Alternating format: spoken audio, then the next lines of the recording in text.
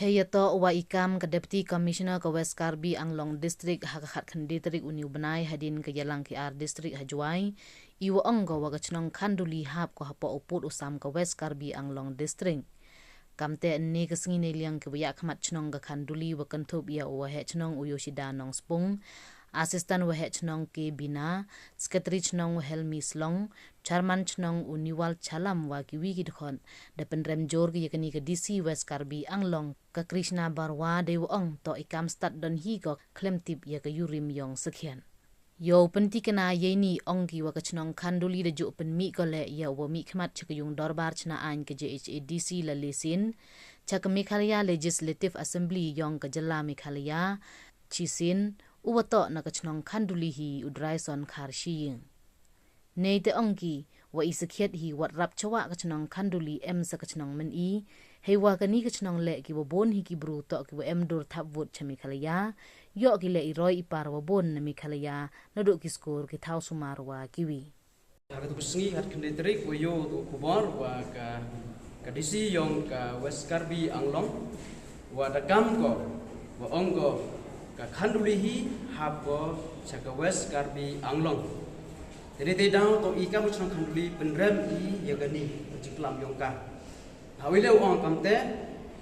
letem ika muchong khanduli da penmi I kayu MDC yongka District Council hajuai. Kamju le da yo I chitem kamu MLA yongka yang kenal tiang konvensi itu buat kamu juga new MLA dalam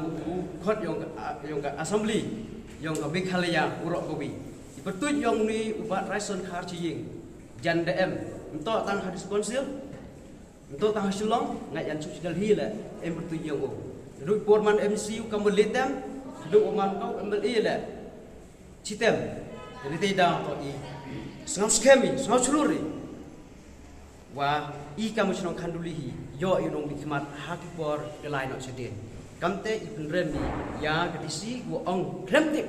ba khanduli ha ko ha West Karbi Anglong kamte bichar hi repi kam binong pai bin kubor ibon itu gon walai ngam penrem curi ke cengkran cungka disi cungka West Karbi Anglong